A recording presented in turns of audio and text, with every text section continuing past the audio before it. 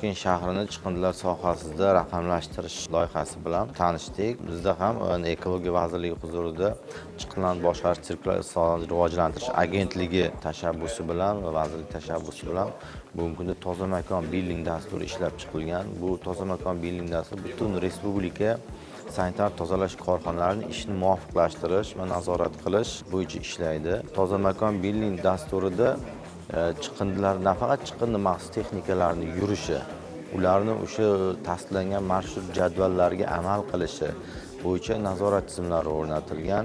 Ya'ni bugungi kunda bizning tizim orqali aholi biladiki, o'zini yashayotgan mahallasiga qachon haftaning qaysi kuni chiqindi mashinasi kelishini. Ya'ni aytmoqchimanki, toza makon billing tizimi nafaqat avtomobilda yurganini fiksировать qiladi, balkim o'sha avtomobil qaysi mahallaga qachon kirishi nazoratini ham o'rnatib beradi.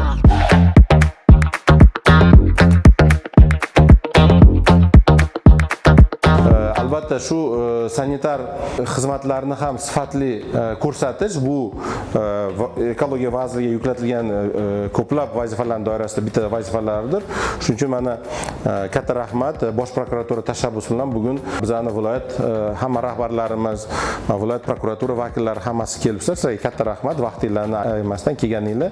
Men o'ylashimcha bugungi mana shu hamma tizimni ko'rganinglardan keyin sizlarda ham tushuncha ko'payadi va bu instrumentlarni biz ko'proq kundalik faoliyatimizda ishlatishimiz kerak. Butun hamma respublika bo'yicha harakatlanuvchi barcha mashinalar bular hammasi GPS tizimiga ulangan.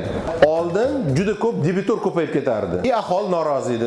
Misol uchun o'sha mashina kirsa ham, kirmasa ham pulni yig'ardi. Bu muttahamgarchilik aslida. 10 milliardlik biz dasturda iltimos qildik, 7 milliardga Infocom tashkiloti qilib berdi.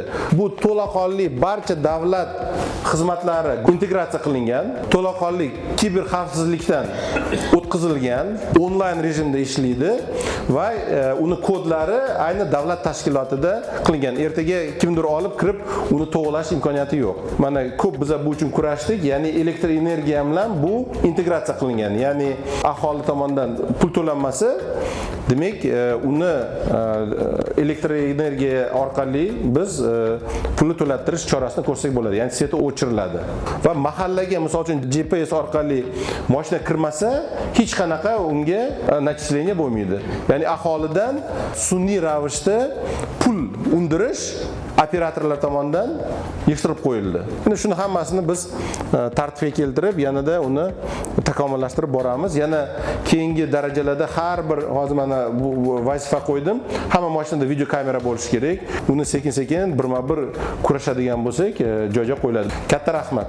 Mana 1000 dan ortiq kameralar o'rnatilgan, ko'rishlaringiz mumkin. Bemalol bu kameralar chiqindi tashashini, huquqbuzarlikni va boshqa hamma narsani bu yerda aniqlab, jarima qilib, odamlarni madaniyatini shakllantirish uchun qilingan platformalarimiz bor. Yagona billing tizimi bor. Chiqindi bo'yicha barcha to'lovlar shu yagona billing tizimidan o'tadi. Hamma davlat xizmatlari hozir mana soliq va bojxona ulanyapti va uchinchisi GAI, 3 ta platforma. Adliya vazirligini ZAKS platformasi bor, tug'ilish va o'limni qayd etuvchi. Bu platformamizda уже mavjud. Ya'ni odam tug'iladigan bo'lsa, tizimga kiritiladi avtomatik tarzda, chiqib ketadigan bo'lsa, tizimdan chiqib ketadi. Tizim ishga tushgan, xabarlaringiz bor, elektr energiyaga ham ulangan. O'zi 1-oktyabrdan joriy qilishimiz kerak edi. Endi hozir odamlarning norozigarchiliklarini va boshqa narsalarni inobatga olgan holda, misol uchun bir xil operatorlarimiz GPS bog'lamagan o'ziga.